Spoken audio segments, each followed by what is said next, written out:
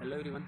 सो हम आए हुए हैं अपने खेत पर। इससे पहले व्लॉग में मैंने समझाया था कि गेहूं की जो बुवाई है या सीडिंग है वो कैसे होती है। तो बेसिकली इंडिया में या वेस्टर्न यूपी में स्पेसिफिकली कहें तो तीन तरह की फसल होती है, रबी की फसल, खरीफ की और जायद की। तो इस टाइम जो सीज़न चल रहा है वो रबी की फसल का है, जिसमें गेहूँ एक फसल होती है, ठीक है। और जो वेस्टर्न यूपी में बहुत ज़्यादा लगाई जाती है। तो गेहूं की ये खेत की हमने बुवाई की थी, खेत को पहले प्लेन करा था, उसके बाद इसकी बुवाई की थी। तो लगभग 1 महीना गुजर चुका है इसे बोने के बाद। और अभी जो ये फसल दिख रही है ना, कुछ इस तरह से दिख रही है।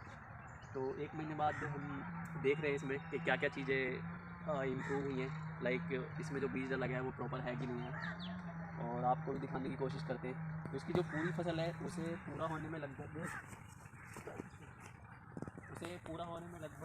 3 से 4 महीने लगते हैं। लाइक अगर ये नवंबर में लगी है तो नवंबर के बाद मार्च, अप्रैल आराम से एक्शन। ओके।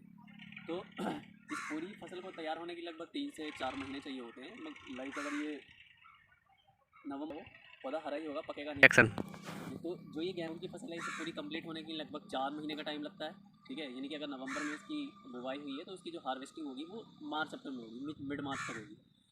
जो एक्चुअल चीज़ है, इसको तैयार करने के लिए, इसको पकाने के लिए, वो पानी तो इसमें लगेंगे ही, मतलब सिंचाई तो इसकी होगी, एक बार हो चुकी है। एक बार और जब ये लगभग अपनी आधी उम्र में होगा गेहूँ तब होगी, और एक बार इसकी तब होगी जब ये इसकी जो बाल है वो निकल आएगी, ठीक है।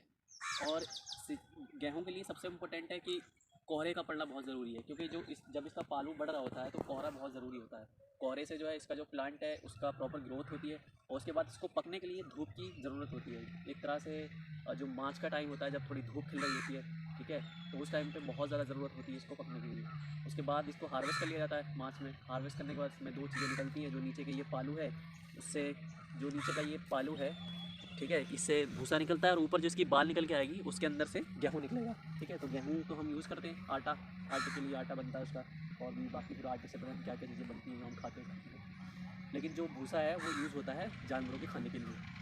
तो ये है पूरा प्रोसेस गेहूँ की फसल का, जो कि काफ़ी मेहनत से किया जाता है, 4 से 5 महीने तक, इवन वीकेंड से 6 महीने तक। क्योंकि जो ज़मीन तैयार होती है उसमें भी टाइम लगता है, उसके बाद हार्वेस्टिंग में भी लगभग 10 से 15 दिन का टाइम लग जाता है। पहले काटा जाता है इसको, फिर कुछ देर सूखने के लिए डाला जाता है, फिर उसके बाद मशीन से इसमें से निकाल लिया जाता है। तो ये है भाई पूरा खेत के बारे में, गाँव के बारे में, और क्या कह सकते हैं स्पेसिफिकली गेहूँ की फसल के बारे में।